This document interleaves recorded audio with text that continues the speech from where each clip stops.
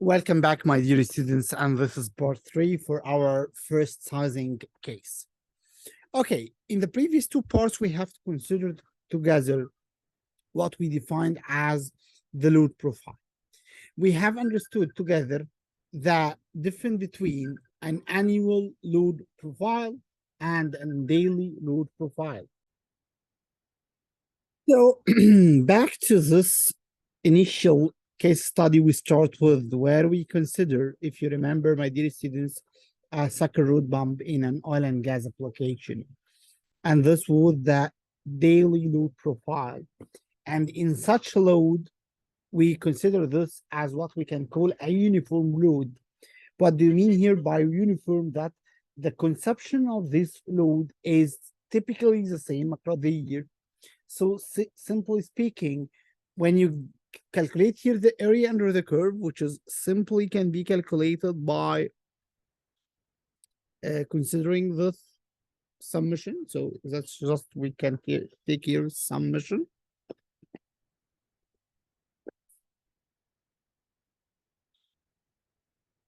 Of this power.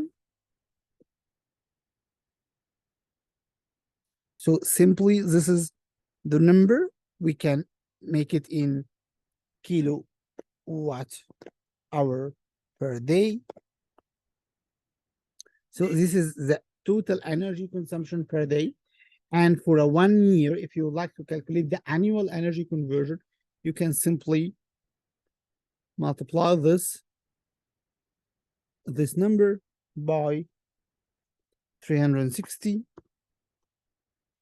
And maybe we can also divide over 1000. So this will be in megawatt hour per year. So this consider the daily energy consumption, and this consider the annual energy consumption. I would say what we are going today to do in this part is simply what I can call a simple sizing. So now let's try to make a very initial rough guess for our PV system. If we would like to make a PV system that can consider this energy consumption, what I'm going to do now is, again, a very simple sizing. So I will neglect a lot of efficiency parameters, as I will see later on. And as I'm considering only initial sizing for a PV system without any battery or anything, so I will consider only the morning loads, not the whole overload. So I will just assume that the evening load will be consumed by some sort of a diesel generator or whatever it is. So I'm going to consider the morning loads only. So if this consider the total energy per day, of course, then to get the morning energy, it is very simple, that it is just half this number. So this is the morning energy, or the morning consumed energy per day. Still, of course, the unit is kilowatt hour per day. So this number represents the morning energy. How we are going to consider this? Again, as I mentioned, what I'm going to do now is a very simple rough estimation for the PV system. So I am just considering, like, if I will connect directly the PV with the load without the aid of a DC-DC converter or an inverter or whatever, or in other words, I will consider that the DC-DC converter and the inverter efficiency is 100% and everything is idle. So this is the daily energy consumed. Considering that we are in Egypt, so simply speaking, the number of peaks and hours, and I think we already have spent some time to understand what is the peaks and hours. So here in Egypt, we consider that the peak sun hours is 5 hours on average. That means that in order to produce this amount of energy, considering a 5 hours as a peak sun hours, the PV system you are going to use is simply should have, so this is the PV wattage, should be simply equals to this number, which is the energy consumed per day, over the peaks and hours, which is 5. So this, now you need roughly 6.732 kilowatt, system energy is PV system in order to supply 336.64 kilowatt hour per day, considering this sort of Sakharov bomb system. So this 67.7, how we are going, or how many panels we are going to use in order to get the 67.7. So let's assume that we are using a PV module of 350, or let's use something greater. So let's make it 420 watts. So this will be the capacity or the power, the rated power for a PV module that we are going to use. So number of PVs will be simply, will be simply equals as following, equals to this number times 1000 to make it in watts over this 420, which results that we need roughly, so we can round up this number. So it's a number, and let's round up. So we will need roughly 160 PV module in order to establish this system. So again, this is very rough estimation to the number of PVs. It is typically rough because herein you consider zero system losses. You are considering that your solar cells are working at the rated power. You are considering that there is no losses in the DC-DC converter or the DC-AC inverter. You are considering that you don't need batteries. You are considering that everything is going ideal. That's why we call this a very rough estimation.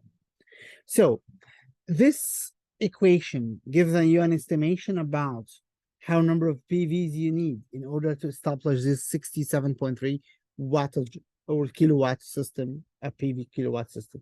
You need 160 watt.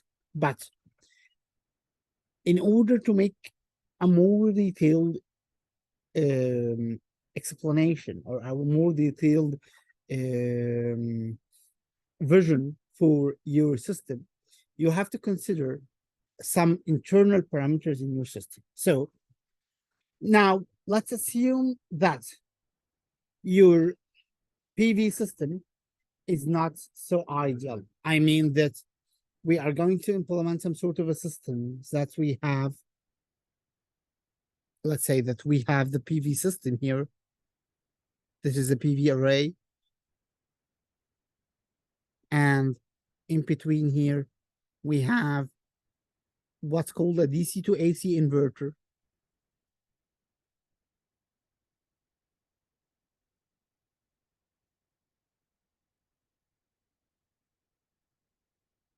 And then we have our Sakharov bomb.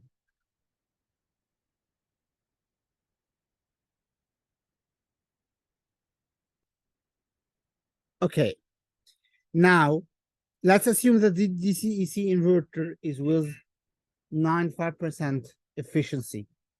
That's mean that you are going to lose 5% of your power when you start or when you path through the DC-AC inverters. And according to that, when you are going to do the sizing process, my dear students, you should consider this 95% efficiency.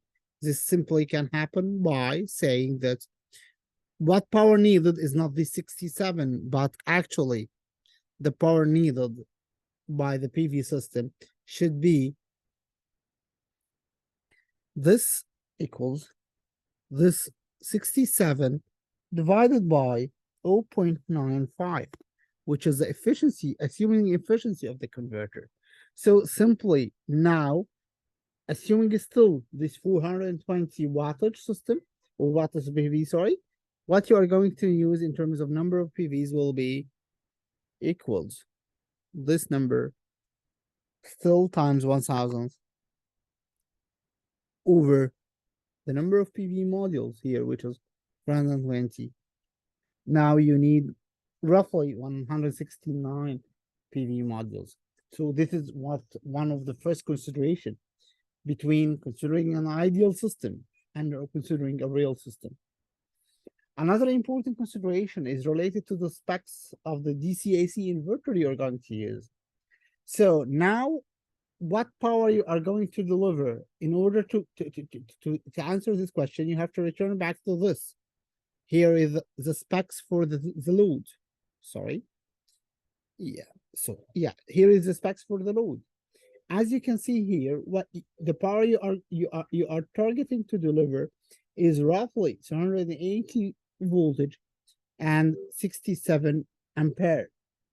So calculating this power, here we are considering a power of, this is abstract power, I think. Yeah, this is abstract power. So it's about 38 kilowatt power. So in this case, maybe we are going to use a 50 kilowatt inverter. So we are going to insert a 50 kilowatt inverter. The inverter will be output by this 67 ampere 380 volt. So you need here a three phase inverter with 380 voltage, 67 ampere. And your input voltage and current will be considered based on what we say that as a string and arrays for these 160 or 170 modules. So how we are going to arrange these 160 or 170 modules? So sometimes you can connect this in terms of more than one array, and you can divide them into some series inverters. So for example, instead of having 150 kilowatt inverter system, you can have something like two 25 kilowatt inverters, or you can have 10 kilowatt inverters, and then you can divide your system in terms of 10 kilowatts. So each 10 kilowatt modules are connected together in series and parallel and get an output to an inverter and so on. So this is actually maybe some sort of details we are going to consider while we are doing more and more detailed study on the system. But one of the also important consideration to think about is this 5. This 5 or these peaks and hours represents the average peaks and hours in the country you are going to design, which is, for example, Egypt here. However, this 5 is not constant across the operation. This 5 is variable parameter. So, for example, if we consider here, this is, for example, months, and this is the peaks and hours. So starting from January, February, and so on. So here you have a peaks and hours. So peaks and hours are maximum in summer. So I will consider that in 5.5 here.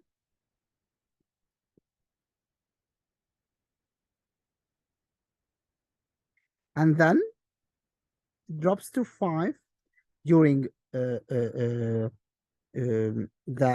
spring and the fall. And finally, in the winter, it is 4.5.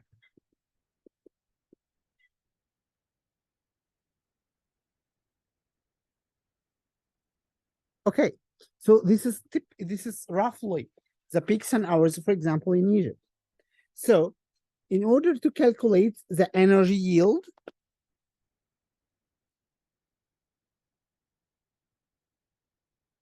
or the energy extracted from the system, let's say the energy extracted from the system, this energy extracted is simply the wattage of the system times the peaks and hours. So this is simply equals to this number, which is 4.5 times this, I think, here this number, which is the wattage of the system after considering the losses due to the inverter. So I'm just going to fix the cell.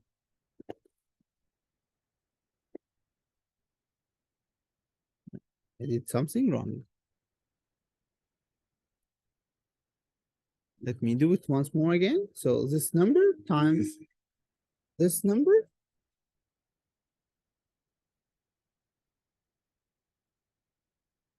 So yes, I did a lot of things are wrong. So again, here, this is equals to this number times this one. And here I will stop here and we'll consider this. Yeah. Okay, so I think now it's correct. So this is the yield, or this is the output. So let's consider here the output. Okay, so let's plot this against this. Let's do it.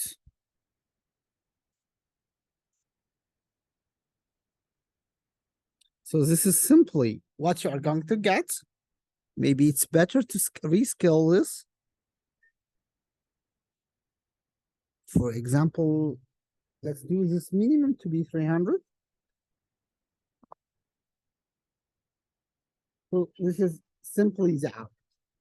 Now, what is really interesting is if you go to the energy you need, this number, where is the energy? Yeah, you need 336 kilowatt hours per day, 336. So yeah, let me go to the lots. Yes. So 336 is something here. So I will do it using the annotation, if you permit me. So it's something here. This is the energy you need. But as you can see, my dear students, that this energy needed is not actually supplied all the time. It is only supplied in some months. However, in other months, the energy you are going to produce is actually lower than the energy you need. Herein, you have one of three alternatives.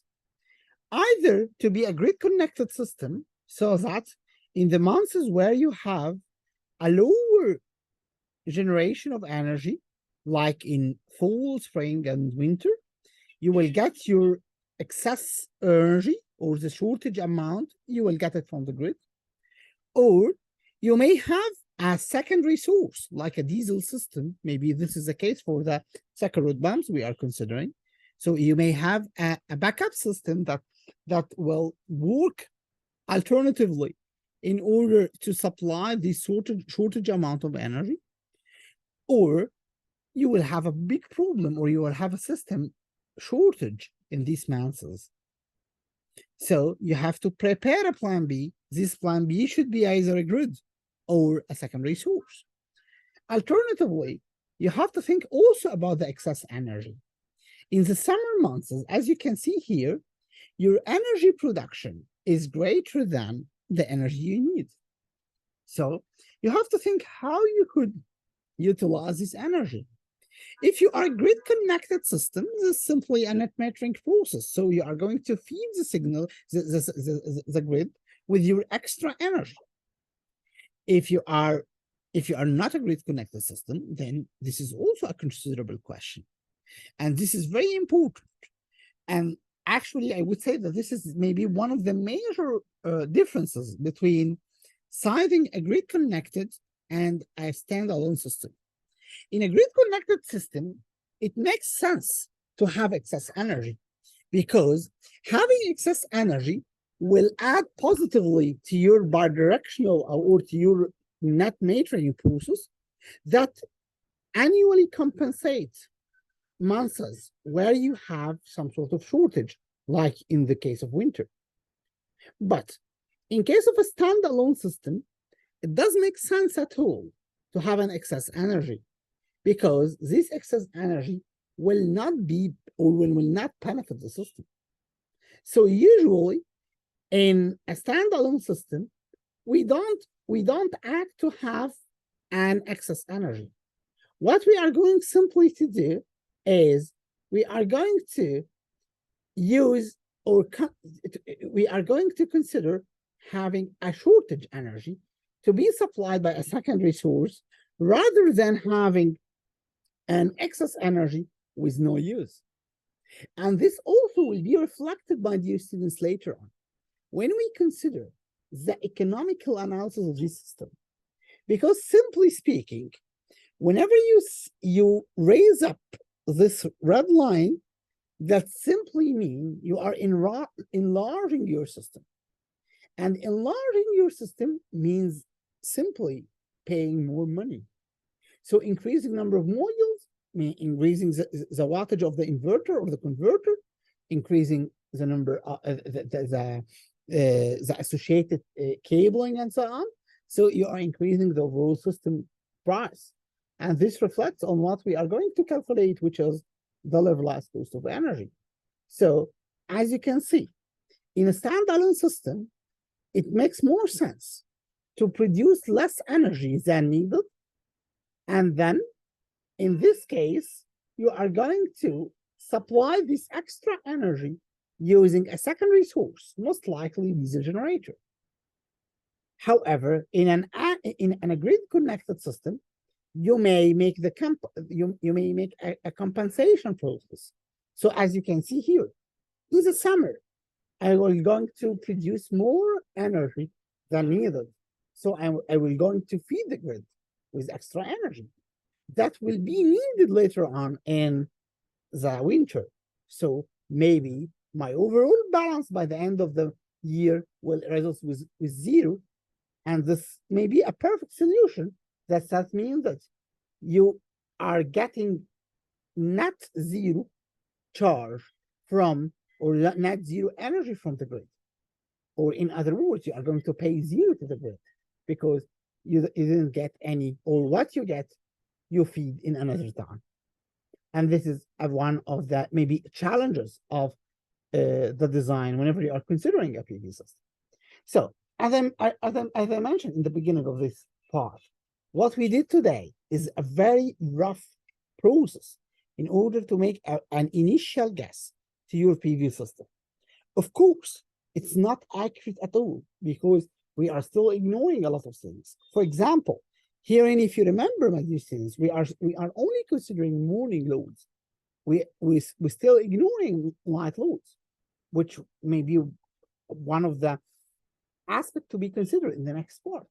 What if we are going to supply the overall system with a PV? That's why we are needing a storage bank in order to supply the system. And then we are going to add more PVs, more batteries. And of course, this will reflect on the cost by the end of the day. So this is a small part considering simple sizing for a PV system. I'm looking forward for the next part where we are going to consider more detailed analysis considering a standalone system with batteries. And then we are going to consider other cases where we are integrating diesel generators and grid as well. Thank you very much for your concentration. I'll see you later on. Thank you. Bye-bye.